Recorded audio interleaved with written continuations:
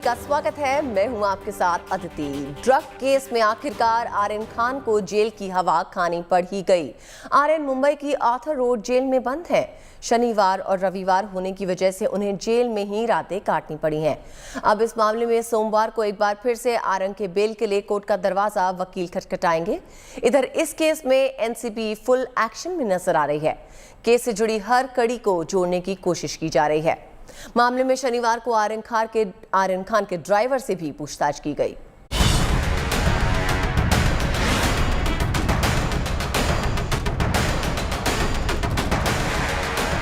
2 अक्टूबर को अपने दोस्तों के साथ एक क्रूज पर पार्टी करने निकले आर्यन खान ने सपने में भी नहीं सोचा होगा कि उन्हें कभी जेल भी जाना पड़ सकता है। जब एनसीबी अधिकारियों ने आर्यन समेत 8 लोगों को शिप पर से पकड़ा और उनके पास से ड्रग्स बरामद की, तब भी आर्यन को लग रहा था कि वरिष्ठ वकील सतीश मान शिंदे की दलीलें उन्हें जेल की सलाखों के पीछे जाने से बचा लेंगी। लेकिन ना तो वकील की दलीलें काम आई और न ही पिता शाहरुख खान का रसूख।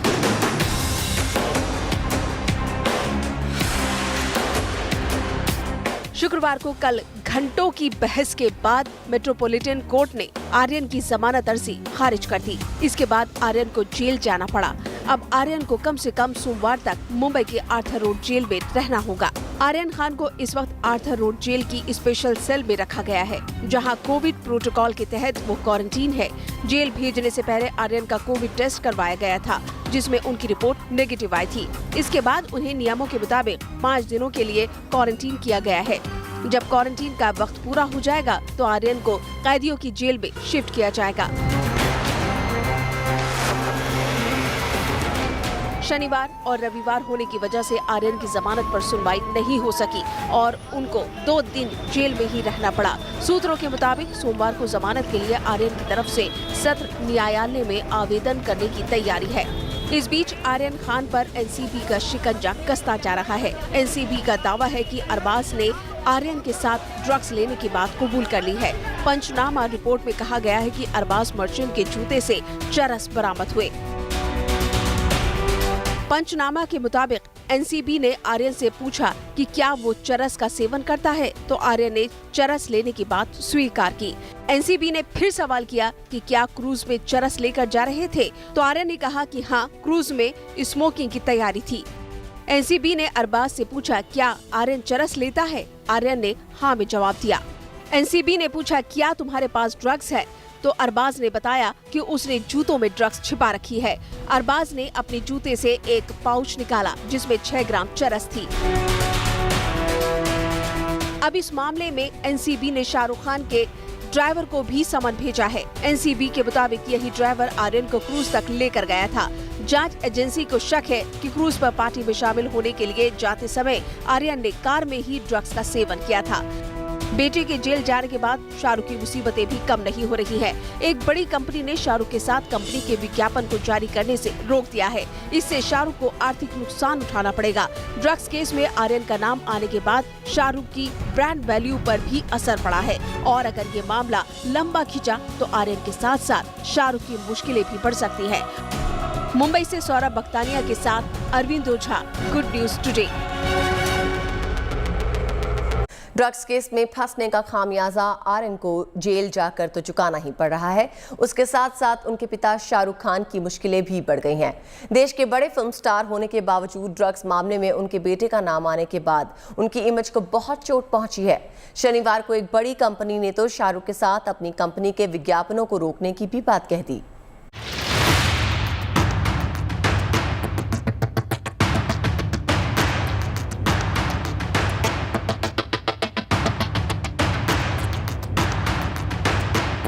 बेटा जेल में हो तो पिता की नींद उड़नी तो तय है।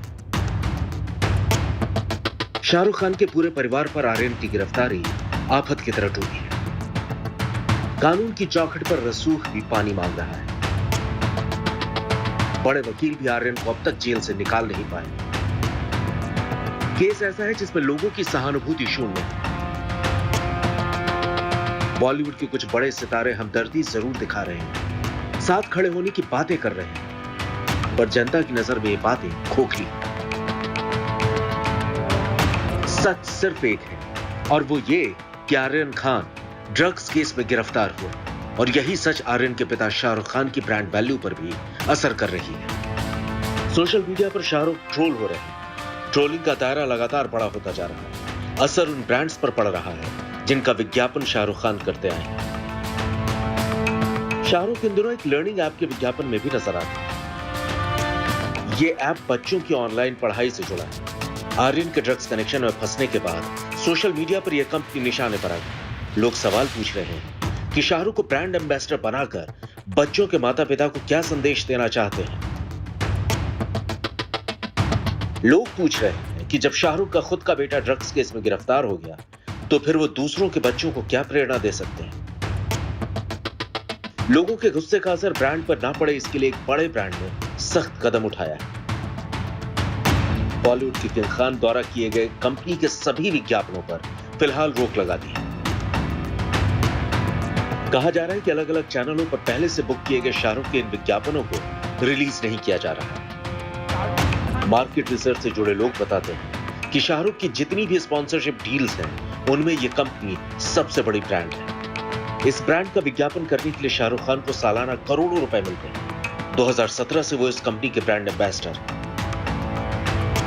लेकिन आर्यन की ड्रग्स केस में गिरफ्तारी के बाद इस कंपनी ने अपनी छवि बचाने के लिए शाहरुख खान के विज्ञापन रोक दिए।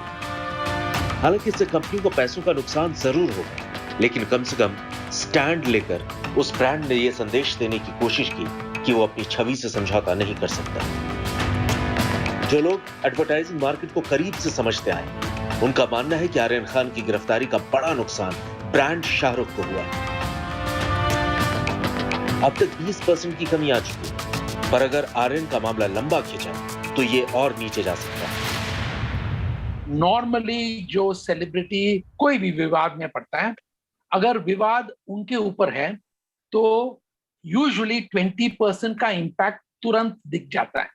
खुद के ऊपर विवाद ना हो और बेटा या कोई भी फैमिली मेंबर के ऊपर विवाद हो तो इम्पैक्ट ज्यादा नहीं होता।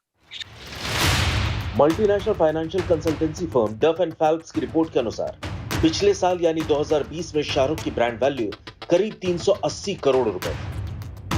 भारतीय सेलिब्रिटीज की लिस्ट में ब्रांड वैल्यू के लिहाज से वो चौथे स्थान पर है। 2019 में वो 5वें स्थान पर थे।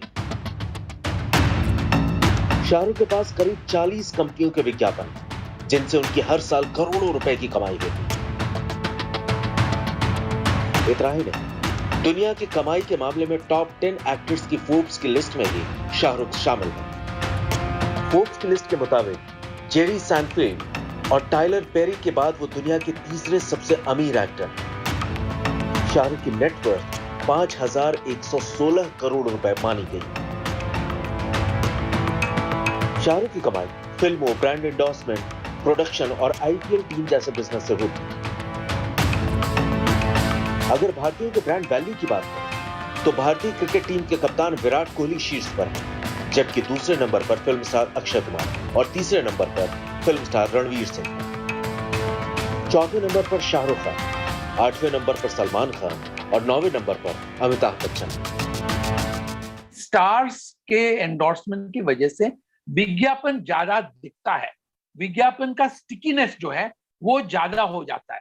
स्टार के प्रेजेंस से कई ब्रांड्स पे सेल्स के असर इसलिए होता है क्योंकि अगर आप अच्छा एड्स करें और स्टार्स को उसमें कहीं लाए तो वो एडवर्टाइजमेंट का स्टिकीनेस बढ़ने की वजह से प्रोडक्ट का इमेज भी एनहांस होता है। जानकार मानते हैं कि अभी तो कंपनियों ने शाहरुख के सिर्फ विज्ञापन रोके हैं। अगर जल्दी आर्यन इस केस से बाहर नहीं आए तो दूसरी कंपनियां भी शाहरुख से मुंह मोड़ सकती हैं। कोई भी नई कंपनी शाहरुख के नाम पर दांव लगाने से बचेगी। मार्केट में बने रहने के लिए भरोसा जरूरी, और फिलहाल चोट उसी भरोसे को लगी। Bureau report, good news today. बड़ी कंपनियां स्टार्स को करोड़ों रुपए देकर अपने प्रोडक्ट के विज्ञापन के लिए तैयार करती हैं, लेकिन जब विवाद होता है ये कंपनियां बड़ी सफाई से अपने स्टार्स को किनारे लगा देती हैं। शाहरुख से जुड़े विज्ञापनों पर रोक लगाने का ये मामला पहला नहीं है। इससे पहले भी विवाद होने पर कई बड़े स्टार्स को अपने करोड़ों के विज्ञापन डील से हाथ धोना पड़ा।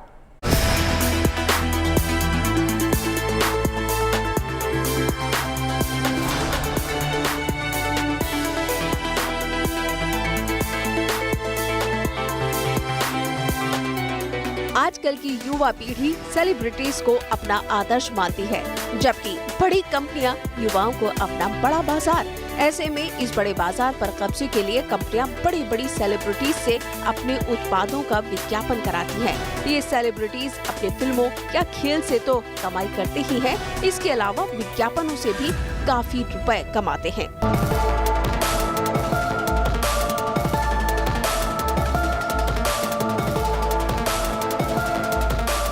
सेलिब्रिटीज की ब्रांड के विज्ञापन से होने वाली कमाई के आधार पर उसके ब्रांड वैल्यू का निर्धारण होता है। ब्रांड वैल्यू के आधार पर देश के टॉप सेलिब्रिटीज ये हैं। पहले नंबर पर है टीम इंडिया के कप्तान विराट कोहली। विराट कोहली की ब्रांड वैल्यू है $237.7 बिलियन। दूसरे नंबर पर है फिल्म स्टार अक्षय कुमार, जिनकी ब्रांड वैल्यू है $118.9 मिलियन। तीसरे नंबर पर है रणवीर सिंह, जिनकी वैल्यू है $102.9 बिलियन। चौथे नंबर पर हैं बॉलीवुड के किंग खान, जिनकी ब्रांड वैल्यू है $51.1 बिलियन। $50.4 मिलियन के साथ पांचवें नंबर पर हैं दीपिका पादुकोण। आलिया भट्ट $48 मिलियन के साथ छठे नंबर पर है। आयुष्मान खुराना $48 मिलियन के साथ सातवें नंबर पर है। सलमान खान $45 मिलियन के साथ आठवें नंबर पर। अमिताभ बच्चन $44.2 मिलियन के साथ नौवें नंबर पर और ऋतिक रोशन $39.4 मिलियन के साथ 10वें नंबर पर हैं। फिल्म हो या खेल, फैन फॉलोइंग के हिसाब से कंपनियां अपने ब्रांड के लिए स्टार को साइन करती हैं और इसके लिए स्टार्स को महज कुछ दिनों के काम के लिए करोड़ों रुपए चुकाए जाते हैं। ऐसे में कोई भी कंपनी नहीं चाहती कि उनके ब्रांड का विज्ञापन करने वाला स्टार किसी भी तरह के विवाद में फंसे। जो सेलिब्रिटी कोई भी विवाद में पड़ता है, अगर विवाद उनके ऊपर है तो यूजुअली 20% का इम्पैक्ट तुरंत दिख जाता है, पर कई ऐसे दिग्गज होते हैं जहां ब्रांड वैल्यू खास गिरते नहीं है। तो ये जो है 20% से 0% तक यूजुअली सीमित है। भले ही स्टार कितना भी बड़ा हो, लेकिन अगर वो विवादों में फंस गया तो कंपनियां उससे तुरंत किनारा कर लेती हैं। शाहरुख खान से पहले भी कई मामले सामने आ चुके हैं, जिसमें विवादों में नाम आने के बाद कंपनियों ने उस स्टार से किनारा कर लिया। स्टार अगर कोई बड़े ही कंट्रोवर्सी में पड़े तो ब्रांड इमेज कंपनी का डेफिनेटली इम्पैक्ट हो सकता है और उस वक्त थोड़ा सा बैक सीट लेना अच्छा होता है। और कई ब्रांड्स जो है उस टाइम अनाउंस करते हैं कि हम ब्रांड एंडोर्समेंट्स अब रोक दिए हैं, पर कॉन्ट्रैक्ट खत्म नहीं होता है। कॉन्ट्रैक्ट 3 महीने या 6 महीने के बाद वापस आ जाता है। 2015 में आमिर खान ने देश में असहिष्णुता से जुड़े मुद्दे पर बयान देते हुए कहा था कि उन्हें देश में डर लगता है। आमिर खान के इस बयान के बाद बहुत विवाद हुआ था और आमिर के बयान की आलोचना हुई थी। उस समय आमिर के पास भारत सरकार के पर्यटन मंत्रालय के अतुल्य भारत का विज्ञापन था, लेकिन जब इस मामले पर विवाद बढ़ा तो उनको इस विज्ञापन से हटा दिया गया। इतना ही नहीं, एक बड़ी ई-कॉमर्स कंपनी ने भी आमिर खान के साथ अपना कॉन्ट्रैक्ट रिन्यू नहीं किया।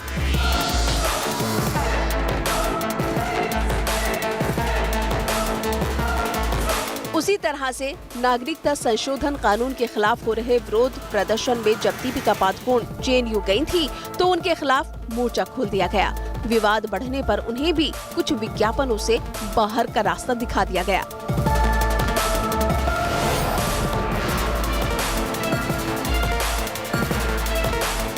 जाहिर है कोई भी कंपनी किसी कंट्रोवर्सी से जुड़ना नहीं चाहती है।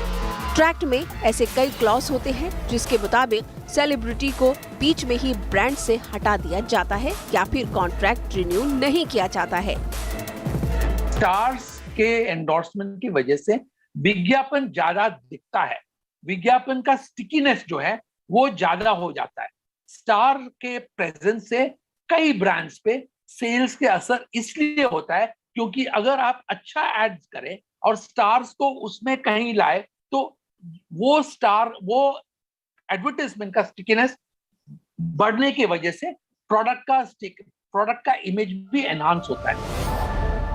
पिछले साल जब ड्रग्स मामले में बॉलीवुड के कई स्टार से पूछताछ हुई थी, तो कुछ एक्टर्स ने कोर्ट में याचिका दाखिल करके कहा था कि उनके खिलाफ मीडिया में बेवजह रिपोर्ट छापकर उन्हें बदनाम न किया जाए, क्योंकि इससे उनके विज्ञापन छीने जा सकते हैं।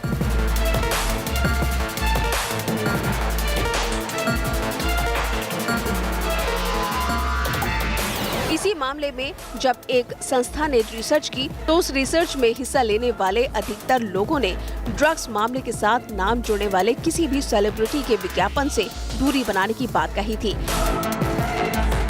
लेकिन इस सब के बाद भी महत्वपूर्ण बात ये है कि कंट्रोवर्सी के चलते कुछ दिनों के लिए प्रोडक्ट की सेल पर असर जरूर पड़ता है, लेकिन जब मामला ठंडा पड़ जाता है तो प्रोडक्ट दोबारा लोगों की पसंद बन जाता है और कंपनियां वापस उन स्टार्स की ओर लौटने लगती हैं। Bureau report, good news today.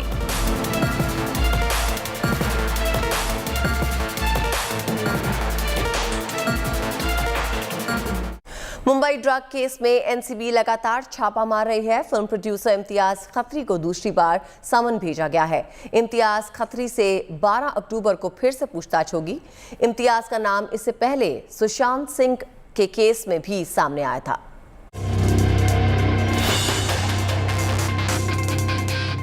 Mumbai से गोवा जाने वाले क्रूज शिप में रेड करने के बाद नारकोटिक्स कंट्रोल ब्यूरो यानी एनसीबी ने आर्यन खान, अरबाज मर्चेंट और मुनमुन धमेचा को गिरफ्तार किया था। क्रूज ड्रग मामले में अभी तक एनसीबी ने 19 लोगों को गिरफ्तार किया है। साथ ही क्रूज पार्टी से जुड़े अन्य लोगों की तलाश की जा रही है। क्रूज पार्टी केस में एनसीबी ने एक और बड़ी रेड की है। ये रेड मुंबई के पॉश इलाके बांद्रा में की गई। इम्तियाज खत्री नाम के प्रोड्यूसर के ठिकाने पे एनसीबी के अधिकारियों ने रेड की। बताया जा रहा है कि बॉलीवुड के कई बड़े बड़े सितारों से इम्तियाज खत्री के गहरे कनेक्शंस हैं। इम्तियाज का नाम सुशांत ड्रग केस के दौरान भी सामने आया था। ऐसे में इम्तियाज खत्री को एनसीबी ने अपने दफ्तर पूछताछ के लिए बुलाया और शनिवार को 7 घंटे इनसे पूछताछ की गई। इम्तियाज खत्री को ड्रग मामले में दूसरी बार समन किया गया है। उन्हें अब 12 अक्टूबर को एनसीबी दफ्तर पूछताछ के लिए आना होगा। एनसीबी से जुड़े सूत्रों के मुताबिक इम्तियाज का नाम अचित कुमार ने उजागर किया था, जो पकड़े गए आरोपियों में से एक है। एनसीबी के साथ पूछताछ के वक्त अचित कुमार और श्रेयास नायर का नाम आर्यन खान और अरबाज मर्चेंट ने लिया था। कौन है Imtiaz Khatri? Cruise drugs party मामले में इम्तियाज खत्री से एनसीबी ने लंबी पूछताछ की। बॉलीवुड से कनेक्शन रखने वाला इम्तियाज खत्री एक बिल्डर भी है। इम्तियाज बॉलीवुड की कई फिल्मों में पैसे लगाते हैं। मुंबई में इम्तियाज की अपनी एक क्रिकेट टीम भी है और इम्तियाज ने मराठी फिल्म हृदयांतर बनाई है। इम्तियाज खत्री का पॉलिटिकल कनेक्शन भी है। आर्यन खान की गिरफ्तारी के बाद एक तरफ एनसीबी इस वक्त काफी दबाव में है। बावजूद इसके एनसीबी की कार्यशैली में ढिलाई नहीं देखी जा रही। एनसीबी अभी कई और जगह छापेमारी करने की तैयारी में है।